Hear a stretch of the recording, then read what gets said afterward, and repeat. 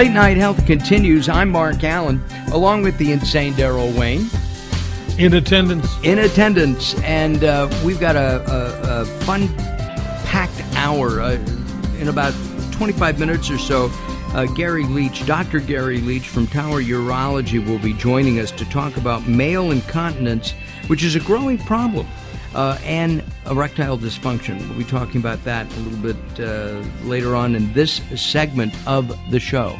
Did I do something funny? No, it's the other way around. You're talking about incontinence being a growing problem and the other one being a problem growing. Very good. Yes, thank you very much. Well, now that I'm blushing, we're going to go to Houston, Texas, and we're going to spend some time now with Kayt Sukel. Am I pronouncing your name right? You are, yes, Kayt Sukel. Good try on the first try. Most people get it wrong. Got it. There were a number of ways I could go, but anyway, I'm lucky. Kayt has written a book called The Art of Risk. She is an acclaimed science journalist and author. She's written about kind of, I guess, esoteric topics in the past. Everything from the out-of-body experiences. What would be another kind of esoteric topic for you, Kayt? Well, I've talked about out-of-body experiences, fMRI orgasms. I've written about parenting, about politics, just about reproductive rights. So I kind of run the gambit. I'm really, I guess, if you were to boil down what I do, I'm really interested in what makes people tick and how that affects, sort of the world around us. And so, that takes me to some interesting places. That's kind of like what we do here at Late Night Health.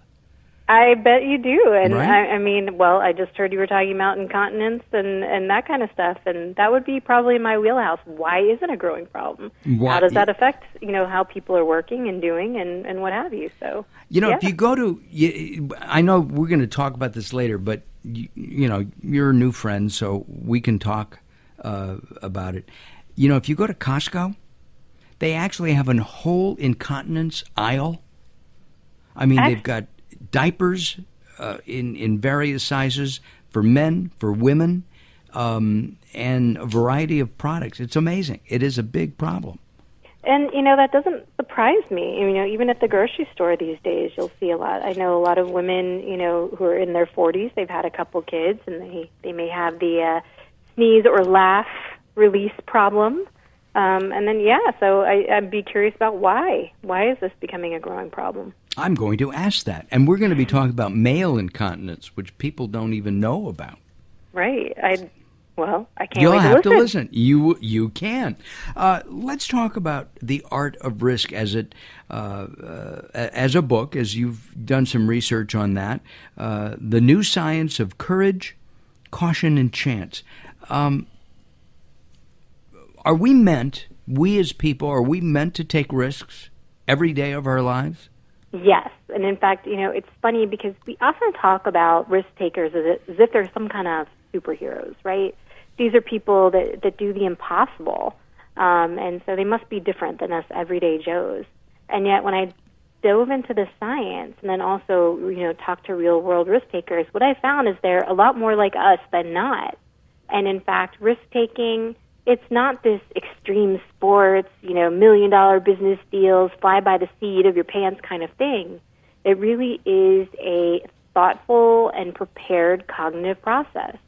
And risk really is something that's part and parcel of every decision you'll make every single day, from whether or not to take a new job and uproot your family to whether or not to have that third cup of coffee in the morning, knowing that it might give you the jitters a little bit later in the afternoon. That's a risk? It is, because, nobody likes you when you get the jitters. Well, that's true. You have to pull me off the ceiling, I guess. But in risk, in just living life, life is a risk. You can't stay in your house forever to avoid being hit by a bus. Well, and, funny story, I was just in Nashville about a month and a half ago for a book event, And I was sitting in the living room with my friend Lori, and a repair truck actually plowed into the side of her garage. So even if you stay in your house, there is still a risk of being hit by a truck, apparently. But not only that, there are other risks. There are the risks of not getting out and seeing the world, of not connecting with other people, of missing out on really great experiences and fun and joy. So a lot of things, we don't think of necessarily as being risky, sure, but they sort of have a risk to and a risk from.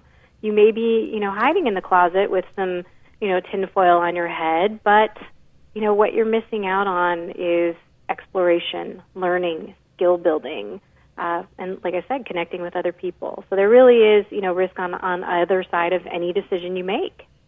What's that show? Better Call Saul. Better Call Saul. Yeah, David McKean. Right, and thinking of the tinfoil on his brother, on Michael McKean. Michael McKean. Mm-hmm. Yeah, exactly. I'm curious. Are you a risk taker? For most of my life, I was described as such. The adjective that was most often pulled out was fearless.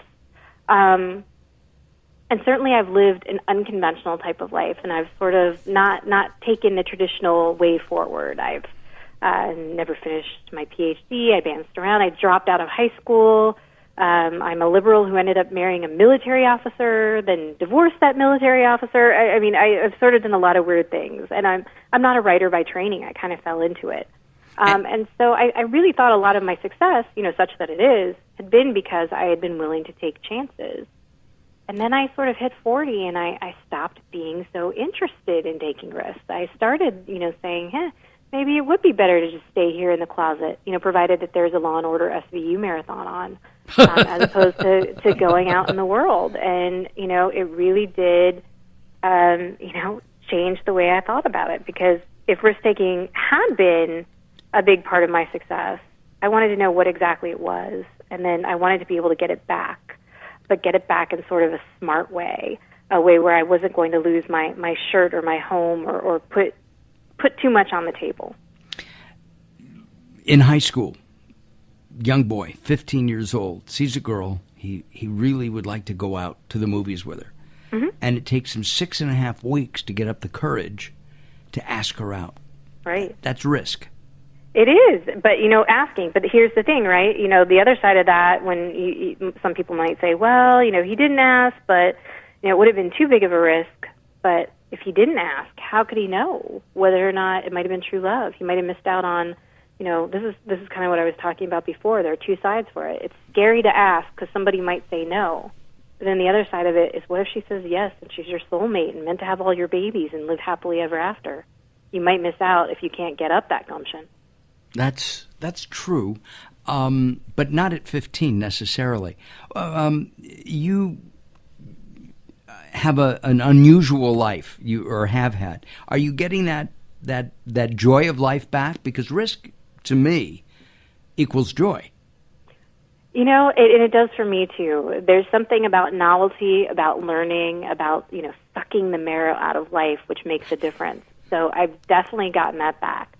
But I've gotten a little bit smarter about it, because one of the things that I learned is successful risk takers, these aren't the impulsive types. These aren't the people who we tend to think of, who decide, on a whim, hey, let's go streaking, or, let's go knock over the Circle K. Have you gone streaking at the Circle K?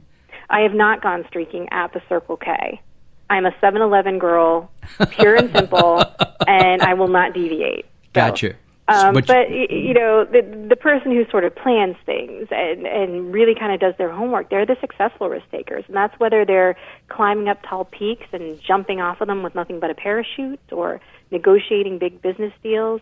There is a huge element of nerdery to successful risk taking, even when you're talking about really kind of wild things like extreme sports and, sort of outdoor adventures. So how does risk-taking affect one's health? In a lot of ways, because let's talk about that joy component. The brain is sort of set up to like novelty. And so when we're thinking about risk-taking, let me take it one step back, because the brain is also set up for habits, right? It's an expensive Right. machine to run. And because it's such an expensive machine to run, it likes to fall back on automatic processing as much as it can. And this is why we sort of find ourselves at 40 falling into these ruts, just doing the same things over and over again. Now, what sort of gets us out of those ruts is novelty, our taking risks, our changing up the status quo. And what we see from a health perspective is that if you look at studies of successful aging, you'll see a lot of the same things. People who live longer, higher quality lives, they tend to eat better. They tend to be more physically active. They're socially and intellectually engaged. They have more sex, and they tend to embrace more novelty. Ooh, more They're sex. out there in the world. Yeah, more sex is important. And certainly it's a chicken and egg problem. Are these people doing these things, taking more risks, having more sex, more exercise because they're feeling better, or are they feeling better because they're doing these things? But, it's sort of a no-lose situation. Do them anyway. See where you end up. If nothing else, you have some interesting tales to tell at the nursing home. I have a feeling that Kayt has many interesting stories to tell. Kayt Sukel is our guest, the author of The Art of Risk, The New Science of Courage, Caution, and Chance. This is Late Night Health. I'm Mark Alyn. We invite you to visit us at latenighthealth.com, latenighthealth.com. Lots of great information there. You can also check out some videos, see what Daryl and I look like. And it's a risk, but you have to do it. All right, Kayt and I will be back in just a couple moments. Don't go away. More coming up on Late Night Health.